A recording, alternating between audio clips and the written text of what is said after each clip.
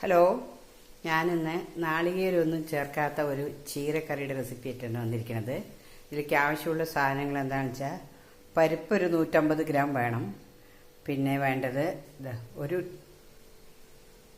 Table spoon മുളക്, 1/4 teaspoon മഞ്ഞൾപ്പൊടി, ഒരു സവോള, ആവശ്യത്തിന് ഉപ്പ്, 2 അല്ലി വെളുത്തുള്ളി.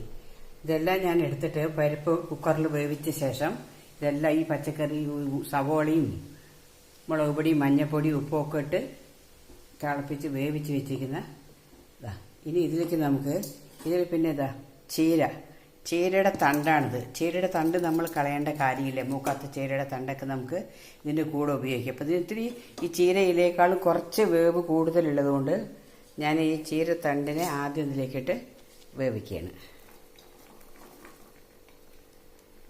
ചീരയിലെ വേവിനേക്കാളും കുറച്ച് സമയം കൂടുതൽ ഇത് വേവാൻ വേണം. അതുകൊണ്ട് ഞാൻ ആദ്യം ചീരത്തണ്ട് ഇതിലേക്കിട്ട് വേവിക്കുകയാണ്. നമുക്കിതൊന്ന് അടച്ച് വെച്ച് വേവിച്ചെടുക്കാം.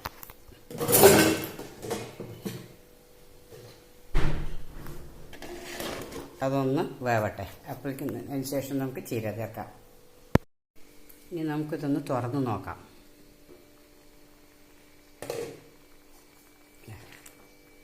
ചീര തണ്ട് വെന്ത് പാകമായിട്ടുണ്ട്. ഇനി നമുക്കിതിലേക്ക് ചീരയില ചേർത്തി കൊടുക്കാം.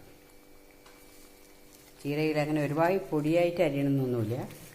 ഒരു വിധത്തിലൊക്കെ അരിഞ്ഞാൽ മതി. പെട്ടെന്ന് വേവുന്നതാണ് ചീര. അതുകൊണ്ട് തന്നെ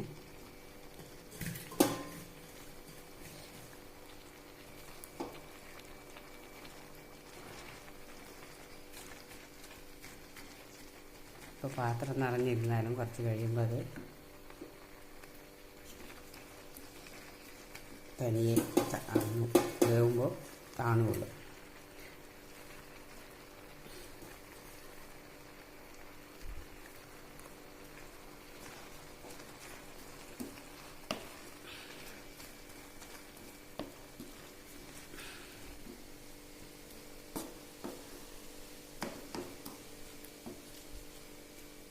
ഒരു നിമിഷം നമുക്കിത് ഒന്ന് അടച്ചു കൊടുക്കാം. അധികം വേവൊന്നും വേണ്ട, എങ്കിലും ഒന്ന് അടച്ചു വെച്ചിട്ട് ഇതും കൂടി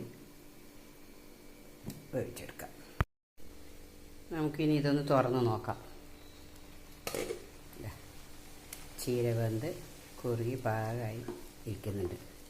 ചീര നമ്മുടെ ശരീരത്തിന് ഏറ്റവും നല്ലതാണ്. രക്തക്കുറവുള്ള രക്തത്തിൽ ഹീമോഗ്ലോബിൻ ഉണ്ടാകുന്നതിനും നമുക്ക് ശരിയായ ശോധന ലഭിക്കുന്നതിനൊക്കെ ചീര വളരെ നല്ലതാണ്.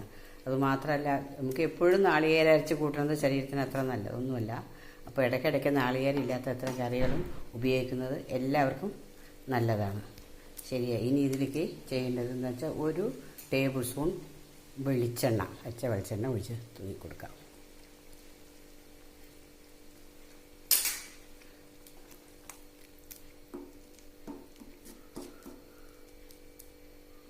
ചീരക്കറി റെഡിയായി.